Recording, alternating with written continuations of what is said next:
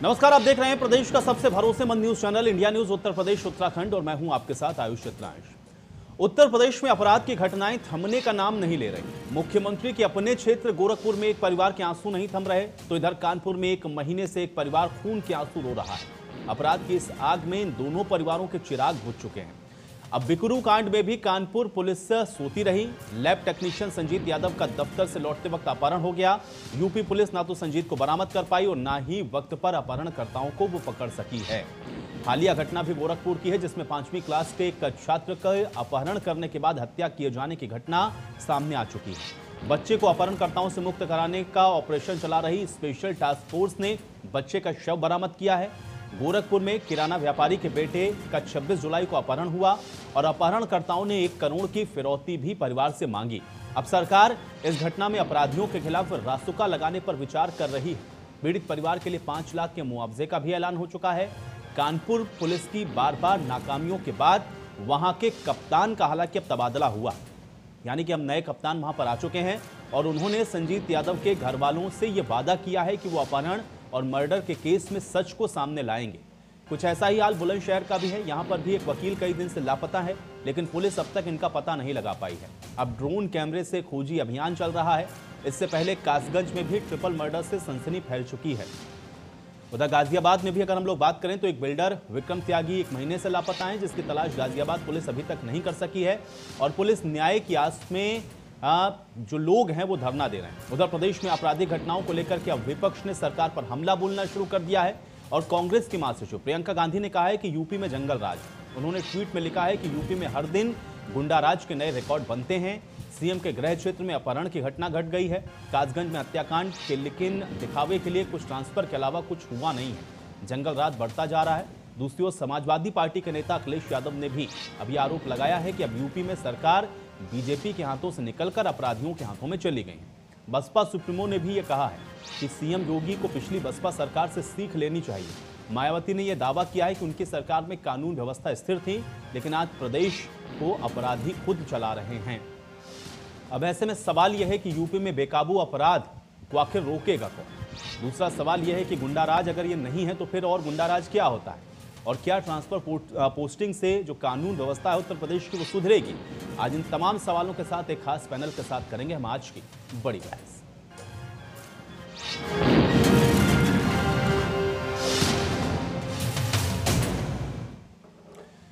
तो बड़ी बहस में अपने मेहमानों के साथ हम आज चर्चा की शुरुआत करें उससे पहले हम आपको 5 जिलों की कुछ तस्वीरें दिखाएंगे जहां पर घटी आपराधिक घटनाओं ने कानून व्यवस्था की कैसे कलई खोल कर रखी है। इन तस्वीरों के माध्यम से आप देखते चलें।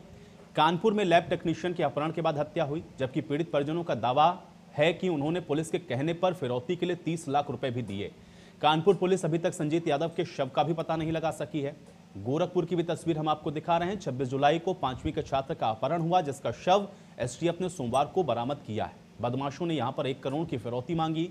कानपुर देहात की भी तस्वीर देखिए। यहां पर भी धर्मकांटे से ब्रजेश मिश्रा का अपहरण 20 दिन पहले हो चुका है। बदमाशों ने 20 लाख की फिरौती भी मांगी है। पुलिस ने मंगलवार को शव को बरामद किया है। 25 जुलाई को गोंडा में बदमाशों ने व्यापारी के बच्चे का अपहरण किया। पुलिस ने 24 घंटे के अंदर हालांकि बच्चे को सकुशल बरामद किया। वहीं कासगंज में भी 3 लोगों की गोली मारकर हत्या कर दी गई थी और इस प्रकरण में भी अभी भी जो जांच है वो फिलहाल चलती हुई नजर आ रही हैं। तो कुल मिलाकर के ये कुछ हालिया घटनाक्रम हैं जिनकी तस्वीरें हमने आपको दिखाई हैं और इसीलिए जो विपक्ष है आप देख रहे हैं किस तरीके से हमलावर है और सरकार से सवाल ये पूछा जा रहा है कि अगर ये गुंडाराज नहीं है तो फिर गुंडाराज दरअसल क्या होता है, क्योंकि हर दिन इस तरीके की घटनाओं का सामने आना कानून व्यवस्था के ऊपर जो सवाल है वो खड़े करता है।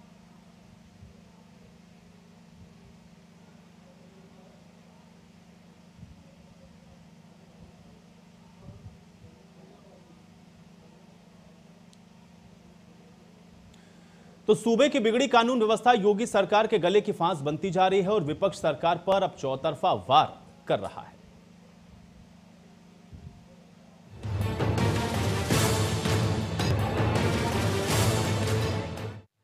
उत्तर प्रदेश में बढ़ रहे अपराधों को लेकर सियासत चिंतित हो गई। कांग्रेस की महासचिव प्रियंका गांधी ने बाकायदा सीएम को चिट्ठी लिख दी और चिट्ठी में बिगड़ती कानून व्यवस्था का जिक्र किया।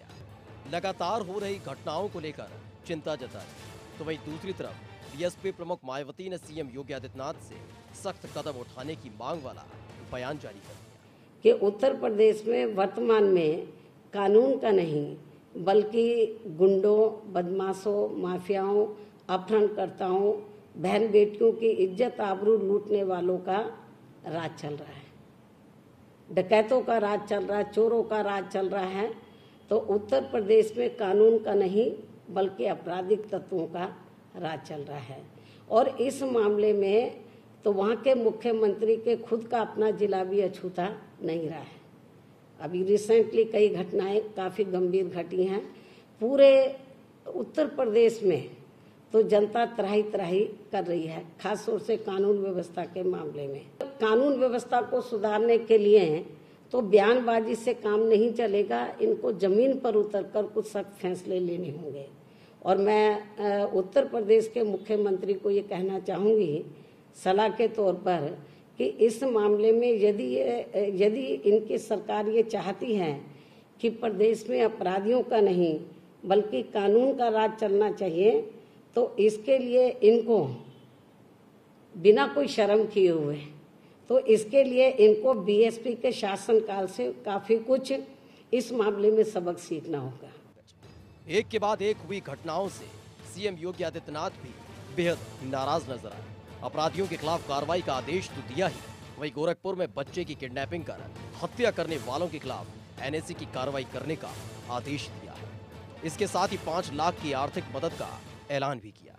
सीएम की नाराजगी का असर चंद घंटों में ही नजर आने लगा, जब पुलिस ने गोरखपुर में तत्परता दिखाते हुए 25,000 की इनामी बदमाश राधेश्याम यादव को एनकाउंटर में धर दबोचा, जिसकी तलाश लंबे वक्त से थी। उसे चंद घंटों में पुलिस ने गिरेबान पकड़कर धर दबोचा।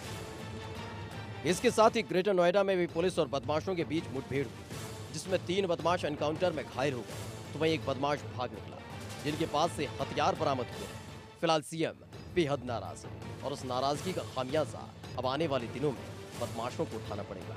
Bureau report, India news. सवाल बहुत हैं और उसको लेकर के जो विपक्ष के आरोप हैं वो भी आप देख रहे हैं। हालांकि हालिया घटना हमने आपको दिखाई, लेकिन ये जो घटनाएं घटित हो रही हैं उससे जाहिर बात है कि जो सवाल हैं वो कानून व्यवस्था को लेकर के खड़े हो रहे हैं, क्योंकि सरकार का दावा यह है कि वो उत्तर प्रदेश के अंदर जो कानून व्यवस्था उसको बेहतर कर रही है, पिछले सरकारों से भी तुलना होती है। और यह भी कहा जाता है कि उस वक्त के दौर में अगर आप देखें तो उससे बहुत बेहतर स्थिति में है। लेकिन फिलहाल जो तस्वीरें हम लोग देख पा रहे हैं या जो हालिया घटनाएं एक के बाद एक घट रही हैं, उससे कम से कम उत्तर प्रदेश के अंदर जो कानून व्यवस्था है वो बेहतर कही जा सके, इस स्थिति में तो कम से कम ये स्थितियां नजर नहीं आती हैं। अब इन घटनाओं का ही जिक्र करके जो तमाम विपक्षी पार्टियां उनकी तरफ से हमला बोला जा रहा है। मायावती जो कि अपने शासनकाल की याद दिलाते हुए ये कह रही थी कि आप याद करिए कि हमारे समय में किस तरीके से उत्तर प्रदेश के अंदर अपराध नियंत्रण में था, मुख्यमंत्री को उससे सीख लेनी चाहिए। अखिलेश यादव भी इसी प्रकार से एक ट्वीट करते हैं जो कि कहते हैं कि उत्तर प्रदेश के अंदर जो कानून व्यवस्था है उसका हाल बुरा है और इस वक्त जो कानून है वो कहीं उत्तर प्रदेश के अंदर नजर नहीं आता। और इसी तरीके से कांग्रेस की तरफ से भी ये कहा जा रहा है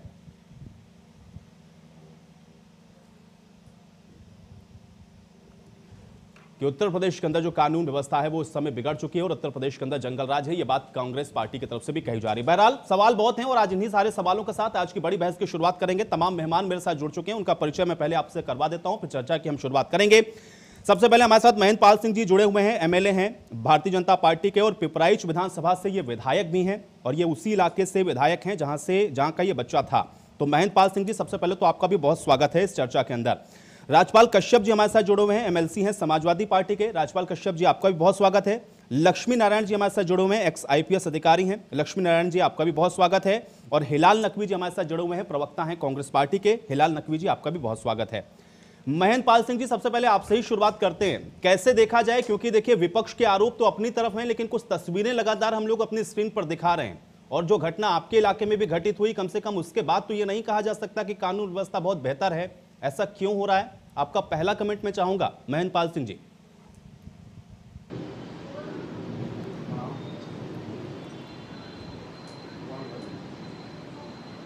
सरकार में अगर अच्छे कार्य नहीं होते तो आपको 24 घंटे के अंदर जो हमारे विधानसभा में ग्राम सभा जंगल सत्रधारी के टोला मिसरौलिया में जो ये तथाकथित लोगों के द्वारा जो ये अपहरण किया गया था जी, उस घटना का पर्दाफाश 24 घंटे के अंदर हमारी पुलिस ने किया है। तो इसको मैं क्या कहूँ? मैं इन लोगों से पूछना चाहता हूँ विपक्ष के लोगों से सवाल खड़ा करना तो आसान है जी।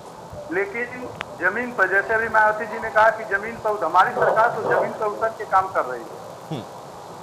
और जब से उत्तर प्रदेश में भारतीय जनता पार्टी की सरकार 2017 से आई है, मैं कह सकता हूं कि प्रदेश में हर गरीब अपने आप को खुशहाल महसूस कर रहा है, अपने को स्वतंत्र महसूस करता है। आज किसी गरीब की जमीन नहीं कब्जा हो रही है, आज किसी के अधिकारों पर डाका नहीं डाला जा रहा है।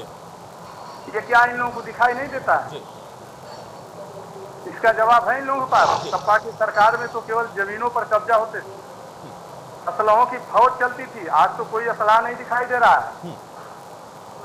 तो घटनाएं बता करके नहीं आती हैं। हमारे मुख्यमंत्री जी हर एक घटना के प्रति वह संवेदनशील हैं। हमारे विधानसभा में 24 घंटे के अंदर उस घटना का पर्दाफाश हुआ है।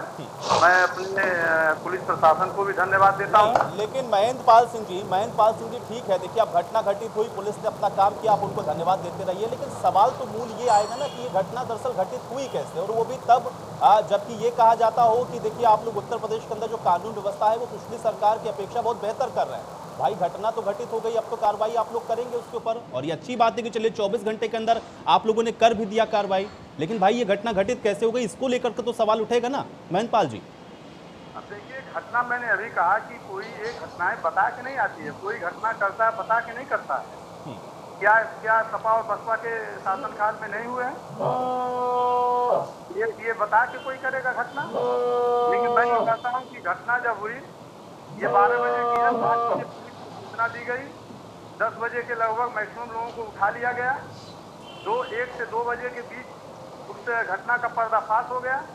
पुलिस तो अपना काम कर रही है, प्रशासन तो अपना काम कर रहा है, इसको कैसे रोका जाए? महेंद्र पाल सिंह जी, यही तो सवाल है ना कि इसको रोकना तो आप लोगों को ही है ना, उनसे तुलना क्यों कर रहे हैं? सवाल तो यही है, अगर उनसे आप तुलना करेंगे तो आप तो यही कह के आए थे कि इनसे बेहतर स्थिति में आप प्रदेश को ला करके रखेंगे, लेकिन अब जब हालिया घटना एक के बाद एक, और 5 घटना तो हालिया हैं जिनका मैं जिक्र कर रहा हूं, एक आपके विधानसभा क्षेत्र की है, भाई अपराधियों के हौसले बुलंद क्यों होते जा रहे हैं? क्यों घटना को वो अंजाम दे जा रहे हैं? भाई उनके अंदर कानून व्यवस्था का खौफ क्यों नहीं? बस मेरा सवाल सिर्फ इतना है। विपक्ष के आरोप तो हैं ही, मेरा भी सवाल ये है ना कि क्यों हो जा रहा है? घटना तो किसी के काल में बता कर नहीं आती है महेंद्र पाल जी। अगर आप ये कहेंगे कि घटना बता के आती, तो भाई किसी के काल में घटना बता के नहीं आती, लेकिन उसको रोकने का काम तो सरकार का, कानून व्यवस्था का, प्रशासन का है ना। वो क्यों नजर नहीं आ रहा और वो क्यों अंकुश नहीं लगा पा रहा? मेरा सवाल ये है महेंद्र पाल जी। नहीं, देखिए, प्रशासन तो अपना काम कर रहा है। हमारे मुख्यमंत्री जी, मैंने कहा कि एक एक बिंदु पर, एक एक पॉइंट पर उनकी नजर रहती है, और हमेशा हर क्षेत्र में जहां भी आप देखेंगे, अभी आपने गोंडा का जिक्र देखिए, गोंडा में भी 24 घंटे के अंदर पर्दाफाश हुआ। तो ऐसी बात नहीं है, लेकिन जो आप लोग, जो विपक्ष के लोग जो बार बार इस पे जो प्रश्न चिन्ह लगा रहे हैं, तो मैं बार अब फिर वही कहूंगा कि कोई भी व्यक्ति जब कोई कार्य करता है, ठीक है, हमारी सरकार जब से आई है 2017 से देख लीजिए, अपराध पर अंकुश लगे हैं, जीरो टॉलरेंस पर हमारी सरकार कार्य कर रही है। हमारे सरकार में अपराध कम हुए हैं, जमीनों पर कब्जे कम हुए हैं, भ्रष्टाचार पर अंकुश लगा है। चलिए ठीक है, अब आपको पार्टी के पक्ष के रखने के तौर पर आप इन बातों को कह सकते हैं, लेकिन कम से कम इन हालिया घटनाओं को मुझे लगता है कि अगर आप थोड़ा सा अपना जहन में रखेंगे महेंद्र पाल सिंह जी, तो आप इस बात को नहीं कहेंगे, कम से कम इस बात को स्वीकारते आप ये कहते कि कानून व्यवस्था के अंदर जो खामियां हैं वो नजर आ रही हैं। चलिए मैं और कमेंट ले लेता हूँ। हिलाल नकवी जी चूंकि हमारे साथ जुड़े हुए हैं, प्रवक्ता हैं कांग्रेस पार्टी के। हिलाल नकवी जी, देखिए जो बात कह रहे हैं महेंद्र पाल सिंह जी, और वो तो ये भी कह रहे हैं कि देखिए हम लोग तो व्यवस्था को बेहतर कर रहे हैं, पिछले सरकारों से वो तुलना करते हुए नजर आ रहे हैं, और कह रहे हैं कि उनसे आप तुलना करिए, हम तो बेहतर स्थिति में हैं। आप लोगों के पास चूंकि आरोप लगाने के अलावा और कोई काम नहीं, इसलिए आप लोग आरोप लगा रहे हैं। जवाब दीजिए। एनसीआरबी के जो आंकड़े हैं वो स्पष्ट रूप से दिखा रहे हैं कि उत्तर प्रदेश में पिछले कार्यकाल में कितनी आपराधिक घटनाएं हुई थी और आज हाल में कितनी आपराधिक घटनाएं हो रही हैं। 37 से 40% के आसपास है। पिछले कार्यकाल में जो सरकार थी उस वक्त जो घटनाएं हो रही थी और आज के में हो रही है, ये तो पहली बात हो गई। दूसरी महत्वपूर्ण बात इसके अंदर ये है कि जहां के पर एक विधायक जो है वो पुलिस महकमे का धन्यवाद अदा करे कि उन्होंने अपनी ड्यूटी को अच्छी तरह से किया है, ये आपको दिखाता है कि किस तरह से शासन का इकबाल है, कि आज की तारीख में अगर कोई अपने कर्तव्य का निवारण कर रहा है तो उसके लिए एक विधायक जो है वो उसके धन्यवाद अदा कर रहा है। ये दूसरी बात थी। तीसरी और महत्वपूर्ण बात ये हो गई है कि अगर ये घटनाएं जो है हो रही हैं, पुलिस उसको नहीं रोक पा रही है, पुलिस का इकबाल जो है वो पूरी तरह से ध्वस्त हो चुका है, तो आज की तारीख में भारतीय जनता पार्टी को भी हम लोगों के साथ खड़ा होना चाहिए था, पुलिस से सवाल करना चाहिए था। पुलिस कोई राजनीतिक दल नहीं है। अगर पुलिस गलत काम कर रही है और उसके पक्ष में जो है वो जाकर के हमारा सत्ता दल खड़ा हो जाता है तो निश्चित रूप से बहुत से प्रश्न उठ जाते हैं।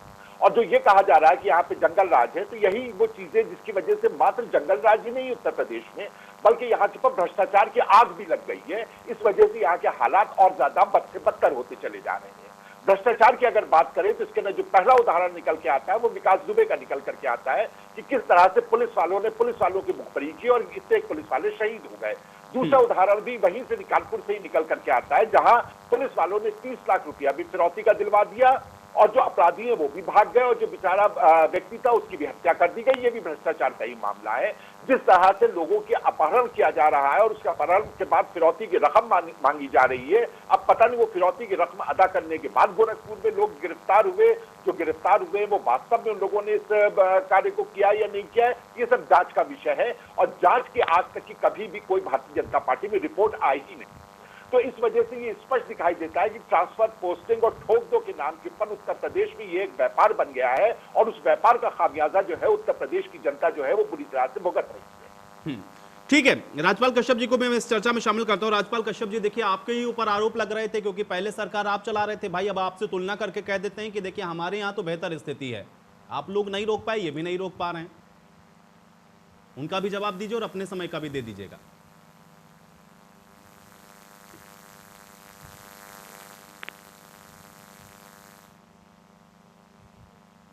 अखिलेश यादव ने तो कानून व्यवस्था पे बहुत से काम किए थे, बहुत सी टेक्नोलॉजी लाई थी, बहुत से चाहे 100 नंबर हो, पुलिस ऑफिस से लेकर और सब चीज़ें व्यवस्थित करने का काम किया था। इनकी सरकार में कानून व्यवस्था सुदृढ़ हो उसके लिए क्या कोई एक काम बताए ना, एक गाड़ी भी खरीदी हो तो बताएं, कोई टेक्नोलॉजी से जोड़ा हो तो बताएं। जो माननीय अखिलेश यादव जी ने टेक्नोलॉजी थी उसको और बढ़ाने की जरूरत थी। केवल नंबर चेंज करने से क्या हो जाएगा? 100 नंबर को 112 कर दिया कि जिससे अखिलेश जी को श्रेय न जाए। तो ऐसी ओछी हरकत करने वाला कोई प्रदेश का, इतने बड़े राज्य का मुख्यमंत्री अगर ऐसी ओछी हरकतें करेगा तो क्या होगा? गोरखपुर में देख रहे हैं, गोरखपुर में उनके खुद जनपद में अपहरण हो गया व्यापारी के बच्चे का और हत्या भी हो गई। 1 करोड़ की फिरौती मांगी जा रही थी। तो ये शर्मनाक नहीं लगता क्या इनको? कानपुर में घटना पे घटना हो रही है। कानपुर में अब तो इनका प्रशासन और लगता है सरकार खुद अपहरण का पैसा दिलवा रही लोगों को। अब बताइए कानपुर में क्या हुआ? अपहरण का पैसा भी उस परिवार से चला गया और आज तक राजपाल जी देखिए बच्चा मिला भी नहीं। वो दरअसल आपके और अपने समय कार्यकाल में भी उन्होंने यही अंतर बताया। और एक कानपुर में और नया केस आ गया। कश्यप जी, ये 11 दिन से यही बात कह रहे हैं, अपहरण हो गया था। देखिए आपके समय में जो होता था उसमें ब्रजेश जी की वो अंजाम तक नहीं पहुंचता था। और कानपुर, जब कानपुर में इतनी बड़ी वारदात विकास दुबे वाली हो चुकी है, उसके बाद में ये हालात है। उत्तर प्रदेश के मुख्यमंत्री के गृह जनपद में हालात है तो उत्तर प्रदेश का क्या हाल होगा, इससे आप अंदाजा लगा सकते हैं। आवाज मिल रही है और कानून व्यवस्था। राजपाल कश्यप जी, राजपाल जी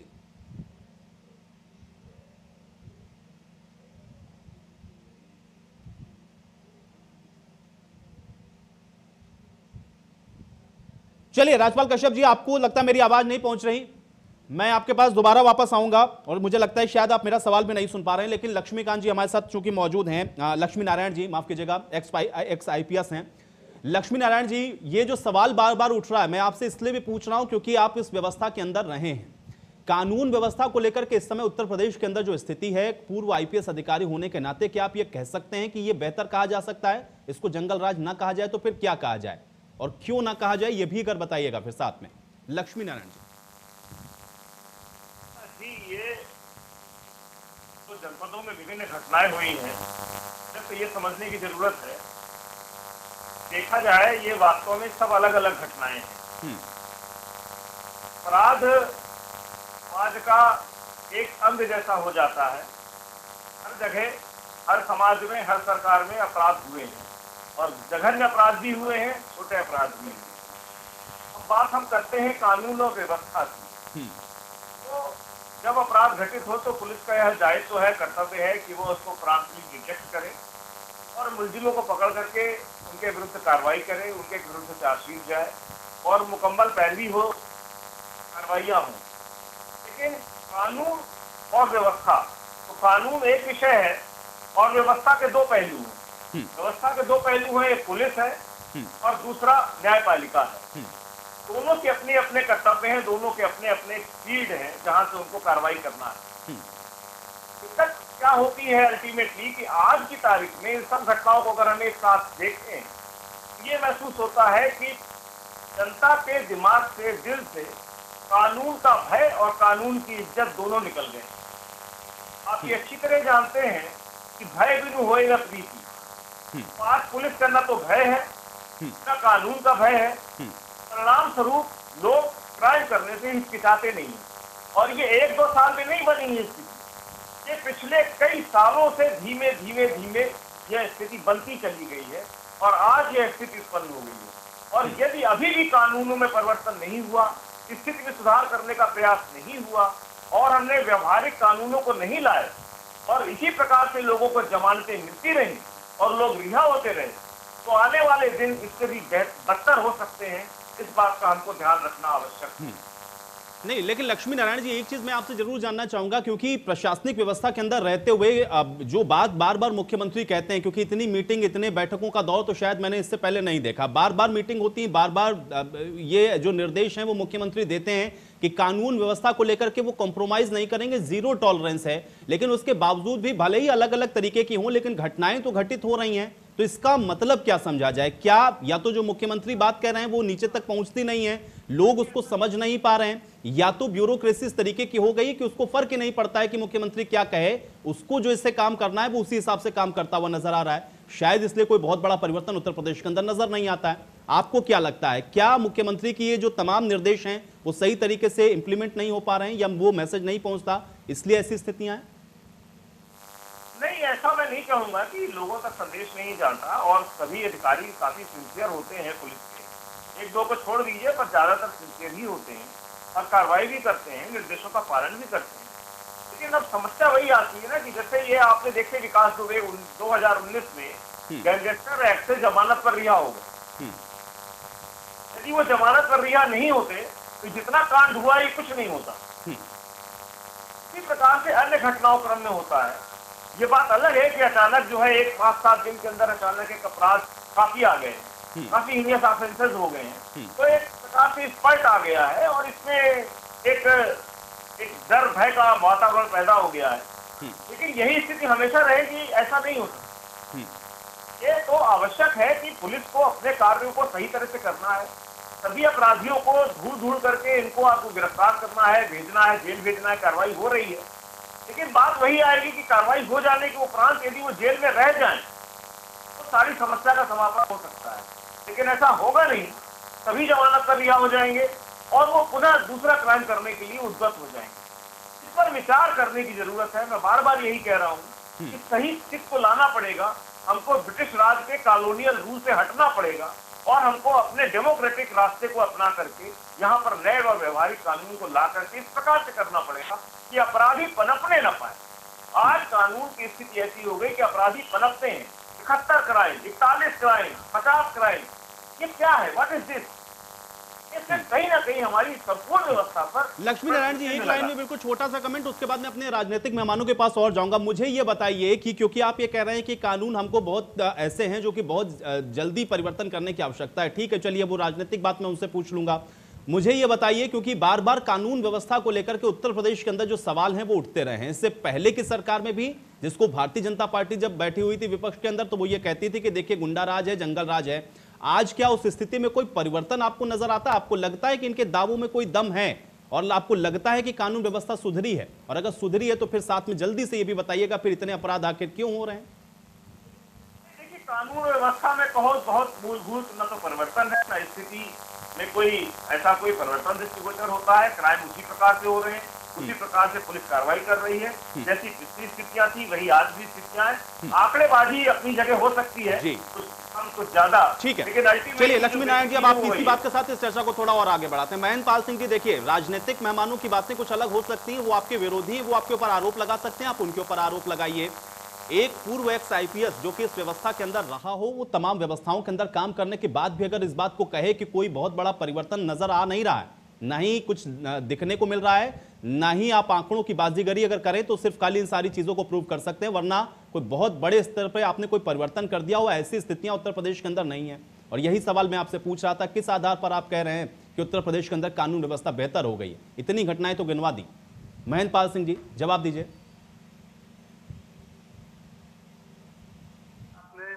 देखा होगा कि जब से हमारी सरकार आई है, जितने भी गुंडा माफिया या तो अपने जमानत को कैंसिल करा करके सारे लोग जेल के अंदर जा रहे हैं।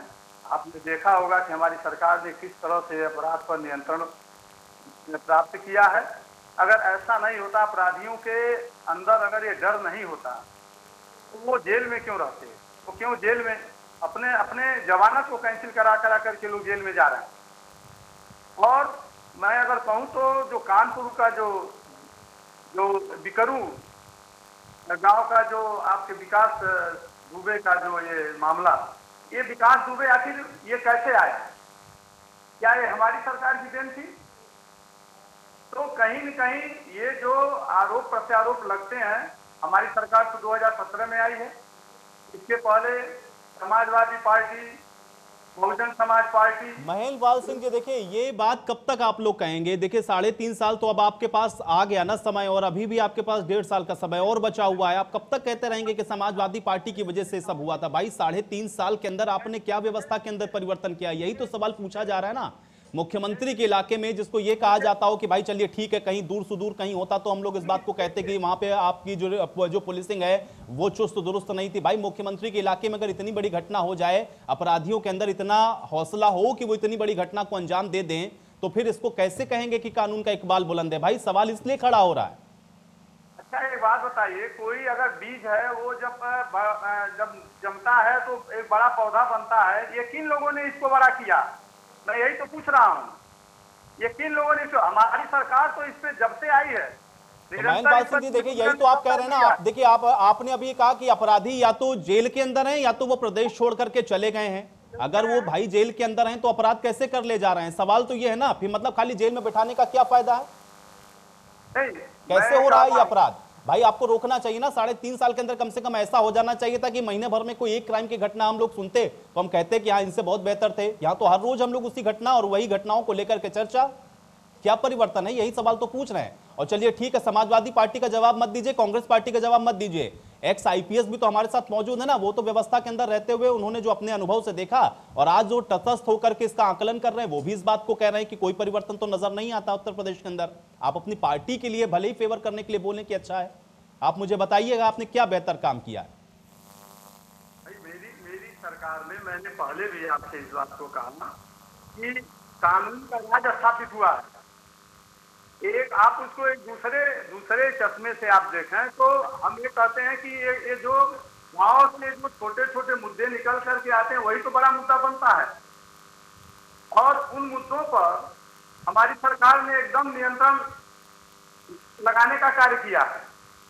गांव में जो जमीनें कब्जा होते थे पहले इन लोगों के राज्य में, उस पर आज देखिए ना, आज कहाँ किसी गरीब की जमीन कब्जा हो रही है? जड़ तो वहीं से शुरू होती है, जमीन पर कब्जा करना वहीं से तो शुरू होती है। सारे बवालों का जड़ तो वहीं से शुरू होता है।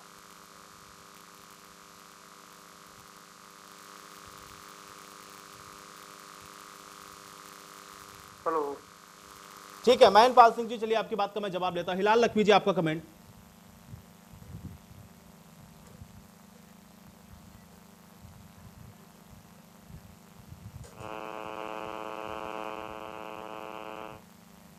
प्रधानमंत्री की पहली हत्या थाने के अंदर की उस हर भारतीय जनता पार्टी का शासन काल, किसी और का शासन काल नहीं।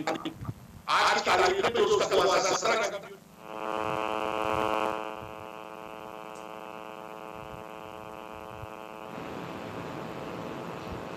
तो वो विकास में भी मामले में आप देखिए क्या हुआ है। इससे महेंद्र पाल जी बहुत ज्यादा सच्चाई आपको सुनी और आप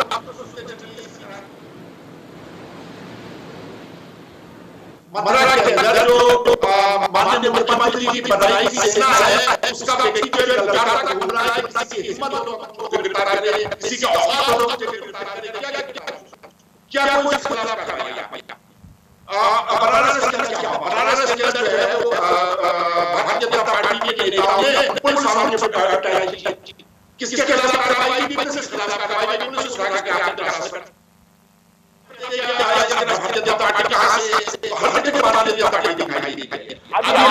आज की तारीख की बात है, आगरा में आज की कानून व्यवस्था का यह आलम है कि एक महिला जो कि जिसकी जाति नट थी, उसको जो है देह संस्कार नहीं होने दिया गया, उसको जो है चिता पर से उतार दिया गया और उसको जो है दूसरे जगह पे जाकर के उसको अपना अंतिम संस्कार करना हुआ।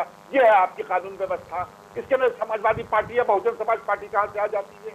इसके तो आप ही जिम्मेदार हैं। जो माननीय आईपीएस अफसर साहब हैं, उन्होंने जिन्होंने कहा कि ये सब जमानत पे छूट जाते हैं इस वजह से, तो जमानत कैसे मिलती है? जब पुलिस जो है 6 महीने 8 महीने 10 महीने तक चार्जशीट नहीं लगाती है, तो क्या उसको अनंत काल तक ही बंद कर दिया जाए जेल में? आप चार्जशीट नहीं लगाएंगे, आपके यहाँ से जो चार्जशीट जब नहीं आ रही है तो उसको किस जेल के अंदर बंद रखे? कब तक बंद रखा जाएगा उसको? तो निश्चित रूप से पुलिस वाले जो है वो चार्जशीट नहीं लगाते वक्त से। चार्जशीट लगाते, इतनी लचर चार्जशीट लगाते हैं कि उसके अंदर बहुत से निकल जाने के रास्ते होते हैं। ये है पुलिस की करतूत। ये कह देना कि साहब पुराने जो कानून है उनको बदल देना चाहिए और न्यायालय से जमानत पे मिल जाता है, अगर जमानत ना मिली होती तो ये होता है। आपने चार्जशीट ही नहीं सही लगाती पुलिस जो है चार्जशीट लगाने के पैसा लेती है, तो आप भी जानते हैं, और सारा खेल चार्जशीट का है। जितनी भी पुलिस का खेल है वो कहां पर है? चार्जशीट का ही तो है। चार्जशीट पहले लगाते नहीं, जब लगाते तो लचर चार्जशीट लगाते हैं। तो इससे पुलिस को डिफेंड करना जो है वो आसान नहीं होगा। फिर जो है जो प्रोसिक्यूटिंग का मुहकमा है वो किसके पास आता है? कौन उसको देखता है? वो भी तो सरकार के पास आती है। प्रोसिक्यूशन के अंदर क्या हो रहा है ये आप भी जानते हो और हम भी जानते हो, प्रदेश भी जानता है। तो देखिए, एक बात बड़ी स्पष्ट है कि पूरे के पूरे कुएं में भांग पड़ी हुई है। इस सरकार के वक्त पर जंगल राज है, बुरी तरह से जंगल राज है। कोई न पुलिस का इकबाल है न सरकार का इकबाल है। सिर्फ आप जो है वो जो मीटिंग की बात करते हैं, तो मीटिंग के लिए बड़ी एक अच्छी बात कही जाती है भारतीय जनता पार्टी के संदर्भ में। मीटिंग क्या है? Eating, meeting and cheating. तो बैठेंगे, खाए पिएंगे और जनता के साथ जो है वो चीटिंग करेंगे, बेईमानी करेंगे उसके साथ मीटिंग के नाम के पर। ये हो रहा है भारतीय जनता पार्टी की मीटिंगों का, ये असलियत है, ये सच्चाई है भारतीय जनता पार्टी की मीटिंग की। कहीं तो दिखता। एनसीआरबी की जो रिपोर्ट आती है उसमें क्या दिखाई दे रहा है? क्या एनसीआरबी की रिपोर्ट जो है वो कांग्रेस ने बनाई है? क्या एनसीआरबी की रिपोर्ट समाजवादी पार्टी ने बनाई है, बहुजन समाज पार्टी ने बनाई है? ये तो पुलिस ने भेजे हुए आंकड़े हैं, ये इसी शासन और प्रशासन के भेजे हुए आंकड़े हैं। फिलहाल लखवी जी, लेकिन महेंद्र सिंह जी के पास कुछ लगता है अलग आंकड़े हैं। वो तो ये कह रहे हैं कि देखिए उनसे हम बेहतर स्थिति में, इसलिए वो इस चीज को लेकर के वो संतुष्ट हो जाते हैं। ठीक है, राजपाल कश्यप जी से भी मैं थोड़ा सा एक जवाब ले लेता हूँ। राजपाल जी, देखिए अपराधी ऐसा नहीं है कि 1 साल के अंदर, 2 साल के अंदर या 3.5 साल के अंदर पनप गए। अपराधी को पनपने में 9 साल, 10 साल, 15 साल, 20-20 साल तक का जो वक्त है वो लगा है। इसलिए जिम्मेदारी आप लोगों के ऊपर भी वो डाल रहे हैं और कह रहे हैं कि जो बीज बोया गया था दरअसल अब वो पेड़ बन गया है, इसलिए वो ज्यादा परेशानी खड़ी कर रहा है। अब आप लोग कहते रहिए कि जंगल राज है, लेकिन बीज आप लोगों ने बोया। विवेक दुबे का बीज किसने बोया? इन्हीं का तो बोया हुआ, इन्हीं के तो राज्य मंत्री को। राजपाल कश्यप जी, आयुष जी, ये बीजेपी के लोग कभी नहीं कहते हैं, जब बिल्डिंग का उद्घाटन करते हैं, उद्घाटन तब कभी नहीं कहते हैं कि अखिलेश जी ने मेट्रो बना दी थी, अखिलेश जी ने एक्सप्रेस वे बना दिया था, अखिलेश जी ने पुलिस ऑफिस बना दिया था, अखिलेश जी ने लोक भवन बना दिया था। कि उद्घाटन करते हैं तब कभी नहीं कहते हैं कि ये उन्होंने बनाया था उनकी वजह से। और लेकिन राजपाल कश्यप जी, वो भी तो अखिलेश जी ने अपने पैसे से थोड़ी ना बनाया था, वो तो जनता के पैसे से बनाया था भाई। चुनी हुई सरकार का काम ये है। राजपाल कश्यप जी, देखिए चुनी हुई सरकार का काम ये है कि आप बढ़िया इंफ्रास्ट्रक्चर डेवलप करिए, प्रदेश की जनता को दीजिए। देखिए इसमें मुझे लगता है कि कोई क्रेडिट लेने की होड़ नहीं होनी चाहिए किसी भी पार्टी को, चाहे वो भारतीय जनता पार्टी हो, कांग्रेस हो, बसपा हो, सपा हो, कोई भी। नहीं, जनता के पैसे से आपने बनाया, बहुत अच्छा काम मैं कह रहा हूं, बहुत अच्छा काम किया। प्रदेश की जनता देख रही है किसने मेट्रो बनाया, किसने लोक भवन बनाया, किसने क्या बनाया। उस विषय में नहीं पढ़ते हैं। थोड़ा सा ये बताइए कि वो ये कह रहे हैं कि बीज बोया भाई आपने, अब पेड़ वो बन करके खड़ा हो गया इनके समय में, इसलिए वो परेशानी क्रिएट कर रहा है। और आप कह रहे हैं कि भाई जंगल राज है, वो बीज तो आप ही बो के गए थे। राजपाल कश्यप जी, देखिए बीज सबसे ज्यादा आप सूची निकलवा लीजिए, सबसे ज्यादा अपराधियों को टिकट इन्होंने दिया। सबसे पूर्वांचल के कई माफिया इनकी टिकट से लड़े हैं, वो सूची में नहीं है, टॉप 10 अपराधियों की सूची में नहीं है। और उनको पूरा देश और दुनिया जानता है। कई एमएलसी हैं, कई एमएलए हैं और कई लोग हैं, तो उनको क्यों नहीं टॉप 10 की सूची में डाला आपने? और ये हम नहीं कह रहे, सुप्रीम कोर्ट ने योगी सरकार को 2 बार कहा है कि उत्तर प्रदेश में जंगल राज है, बड़े बड़े हेडिंगों में छपा। और अभी जब कानपुर की घटना हुई फिर सुप्रीम कोर्ट ने टिप्पणी की, तो ये व्यवस्था का फेल्योर है। तो ये इनको शर्म नहीं आती क्या? ये बीजेपी के लोगों को कहते हुए शर्म नहीं आती? इनके सांसद, बीजेपी के विधायक सब बता रहे हैं, उसके बाद में भी ये कह रहे जमीनें नहीं कब्जा हो रही। अरे जमीनें नहीं, घरों से बच्चे उठा लिए जा रहे हैं। जो पैसा रखा है, लोग किस तरीके से, गरीब आदमी पैसा, किसी का बच्चा खोएगा ना। मुख्यमंत्री जी को हो सकता है एहसास ना हो, किसी का बेटा या बेटी जब अपहरण हो जाता है तो घर बेच के और खून पसीने के पैसे उधार लेके देता है। तो उससे पूछिए, कानपुर में जिस तरीके से बहन तड़प रही थी, माँ तड़प रही थी, ये कभी बच्चे का दर्द इन लोगों को, सरकार को नहीं समझ में आता क्या? ये क्या समझेंगे बच्चे का दर्द? जब गोरखपुर में कितने ऑक्सीजन की कमी की वजह से मर गए बच्चे, और जो बचा रहा था उसने सच्चाई बता दी तो उसको फंसाने में लगे। तो ये सरकार क्या समझेगी लोगों के पारिवारिक दुखों को?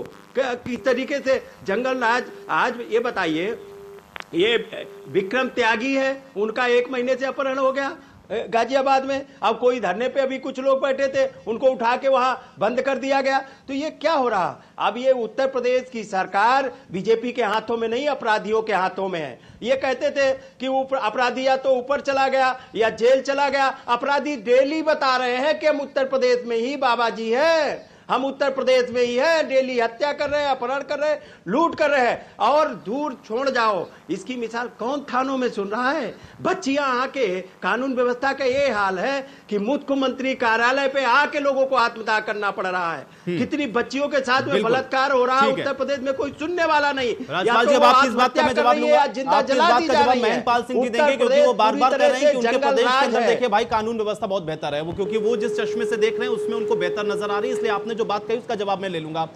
लक्ष्मी नारायण जी हमारे साथ मौजूद हैं। लक्ष्मी नारायण जी, अगर आप मुझे सुन पा रहे हो तो मेरा सवाल यह है, क्योंकि देखिए इन सब के बीच में पुलिस की कार्यशैली भी सवालों के घेरे में है। पुलिस को अभी कहीं ना कहीं यहाँ पर जो जवाब है वो भी देने हैं। दूसरी तरफ हम ये भी देख रहे हैं कि जो ट्रांसफर पोस्टिंग है वो भी हो रही है, लेकिन क्या लोगों को हटा देने से या ट्रांसफर पोस्टिंग कर देने से भी ये कानून व्यवस्था सुधर जाएगी या इसमें कोई बड़ा परिवर्तन हो जाएगा?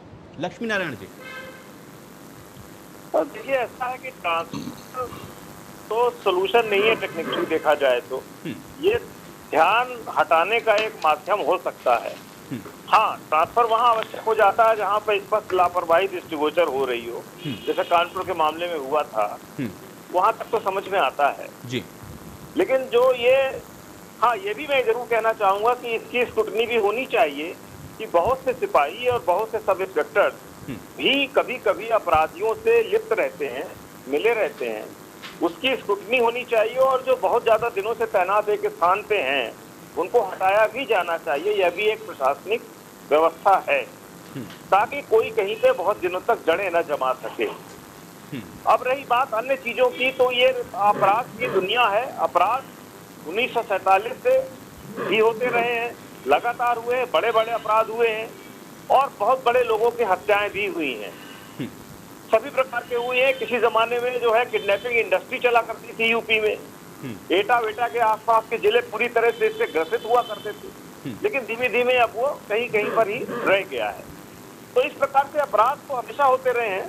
और रही बात आरोप पत्र भेजने की अथवा न भेजने की, तो सामान्य रूप से ये विश्वास रखिए कि 90% आरोप पत्र सही जाते हैं, लेकिन उनमें जो एविडेंसेस होते हैं उसको वे करना, उसको प्रॉपर वे में कितना महत्व दिया जाए, यह कार्य पीठासीन अधिकारी का होता है, जो समय के साथ व्यक्ति के साथ बदलता रहता है। ये आप अच्छी तरह जानते हैं कि लोअर कोर्ट में सजा हो जाती है और हाई कोर्ट में रिहा हो जाते हैं, तो उसमें आप किसको दोष देंगे, कहाँ पे बात करेंगे? तो अल्टीमेटली कहीं ना कहीं बहुत सारी चीजें हैं जो छुपी हुई हैं, उनको उजागर करने की जरूरत है। और जहां पर हमें कमियां नजर आती है उसको प्लग करना है। और ये यहाँ से नहीं होगा, ये हमें पूरी तरह से लॉ कमीशन के माध्यम से, पार्लियामेंट से ही हो सकता है और कहीं से नहीं हो सकता, क्योंकि ये कानून है और ये बदला प्रॉपर तरीके से ही जाएगा। या विधायकी से ही बदला जाएगा। इसलिए इसको बदलने की जरूरत है और व्यवहारिक करने की जरूरत है। इस प्रकार से ही हम अपराध पे नियंत्रण कर सकते हैं और जो पुलिस कर्मचारी गलत काम करते हैं, सही नहीं करते, उनके विरुद्ध कार्रवाई होना चाहिए, ऐसा मेरा मानना है। ठीक है, अब ठीक है, अब जो बात लक्ष्मी नारायण जी ने कही उसका भी मैं जवाब लूंगा, लेकिन महेंद्र पाल सिंह जी, देखिए राजपाल कश्यप जी ने और हिलाल नकवी जी ने जो दो बड़ी बातें उठाई आपके लिए और खासतौर से कानून व्यवस्था को लेकर के निस्संदेह समय जो सवाल हैं वो बहुत हैं। आप भले ही बार बार कहते रहिए कि आप इनसे बेहतर हैं, लेकिन उन सवालों से आप बच नहीं सकते। विपक्ष के इन आरोपों का भी जवाब दें।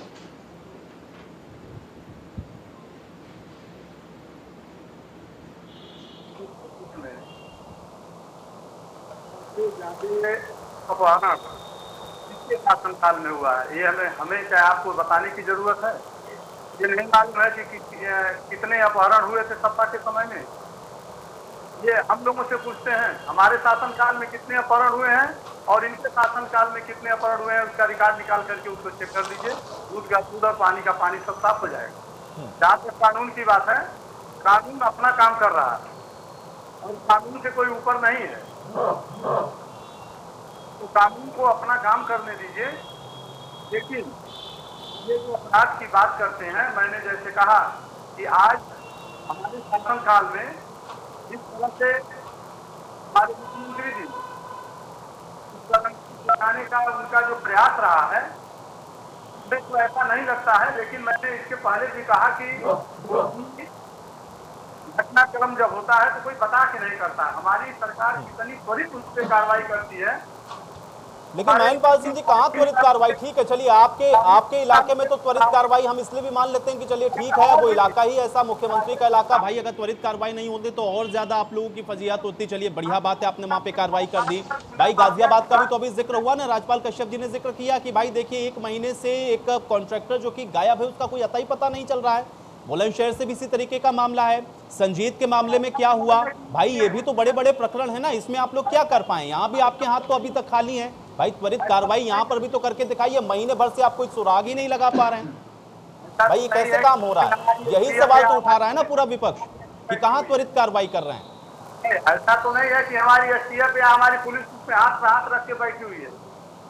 हाथ पे हाथ रख के नहीं बैठी तो भाई उसका कोई नतीजा भी तो निकलना चाहिए ना। और कितना इंतजार करेंगे भाई? वही तो कह रहे हैं ना कि जो परिजन का दर्द है, क्या वो आप समझ पा रहे हैं? नतीजा निकल भी रहे हैं। क्या नतीजा निकला भाई? 1 महीने से गायब है कॉन्ट्रैक्टर गाजियाबाद का, जिसका कोई पता नहीं लगा पाए। वो कहाँ है? उसका कोई अता पता है? बुलंदशहर के अंदर एक वकील गायब है 20 दिन से, उसका कोई अता पता भाई आपके पास नहीं है। संजीत के मामले में भी आप लोग अभी तक कुछ नहीं कर पाए हैं। तो ये तमाम ऐसे मामले हैं जिसमें मैं नहीं कह रहा हूं कि एसटीएफ हाथ पे हाथ रख के बैठी है, लेकिन मैं तो पूछ रहा हूं कि भाई वो 1 महीना, 20 दिन, 25 दिन, अभी और कितना इंतजार करवाएंगे? अगर आप ये कह रहे हैं कि आपकी कानून व्यवस्था, आपकी पुलिस प्रशासन की जो व्यवस्था है वो बहुत बेहतर है, तो भाई बताइए कि क्यों अब तक इस मामले में निष्कर्ष पर नहीं पहुंच पाए? भाई महीने भर का समय हो गया ना। गया है, थोड़ा और समय दीजिए। पुलिस अपना कार्य कर रही है, निश्चित है वो लोग पकड़े जाएंगे, इसमें खुलासा होगा। कितना और इंतजार करना पड़ेगा? और इस बीच में और अपराधी जो पनप जाएंगे और घटनाएं हो जाएंगी, फिर उसके लिए भी 2-2 महीने का इंतजार करना पड़ेगा। यही तो सवाल है ना।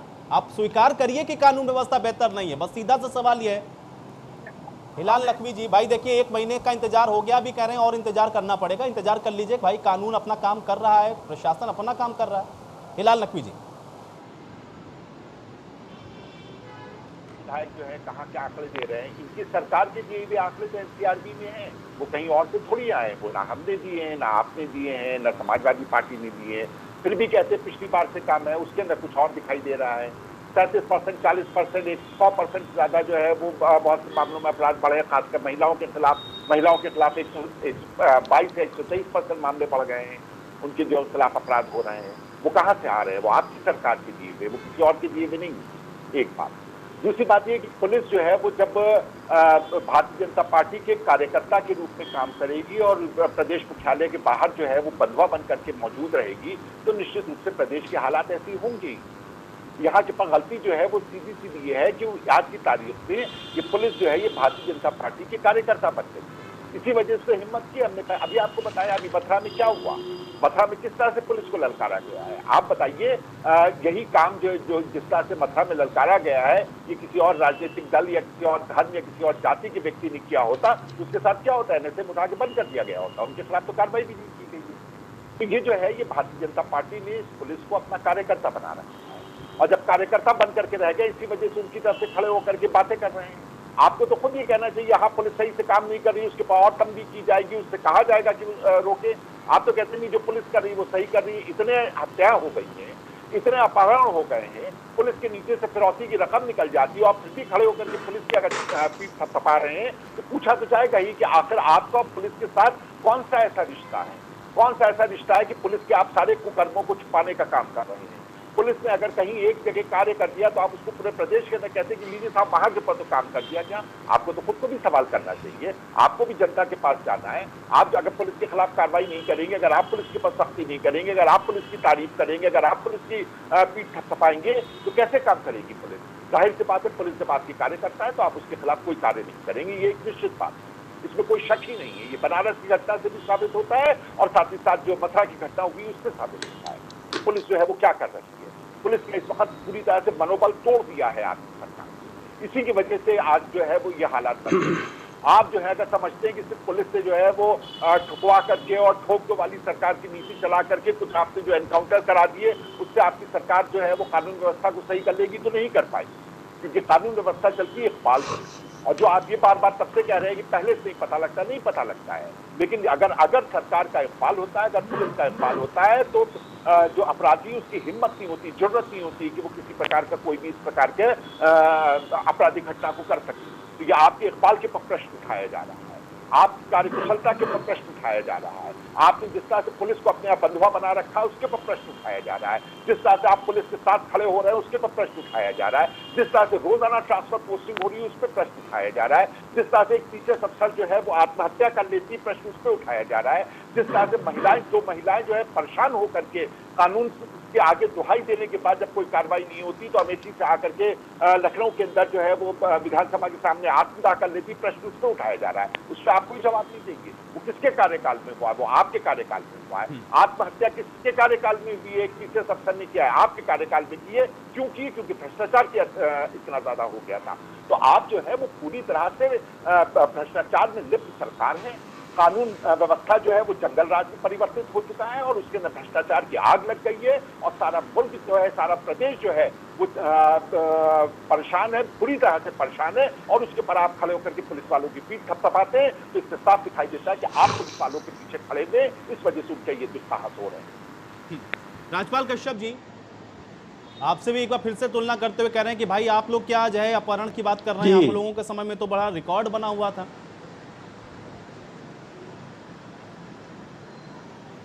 तो आयुष जी अगर ये सुनना चाहते तो हम एनसीआरबी के आंकड़े सुना देते हैं। अब विधायक जी शायद एनसीआरबी के आंकड़े इन्होंने देखे नहीं और लगता है वो तुलना कर लें कागज निकाल के, हमारे जमाने के भी कागज निकाल लें।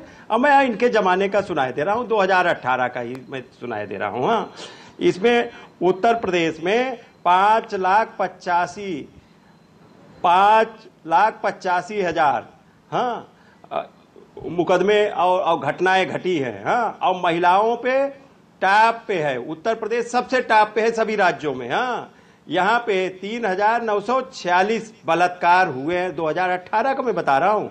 और उत्तर प्रदेश में जिस तरीके का ये अपहरण की बता रहे थे, आप मर्डर का बता दें, वो 29,017 मर्डर हुए हैं हाँ इनके यहाँ। और जिस तरीके का किडनैपिंग का बता दें उत्तर प्रदेश में 21,000 से ज्यादा किडनैपिंग उत्तर प्रदेश में हुई है। ये एनसीआरबी के आंकड़े हैं, ये हमारे यहाँ किसी दल के आंकड़े नहीं हैं।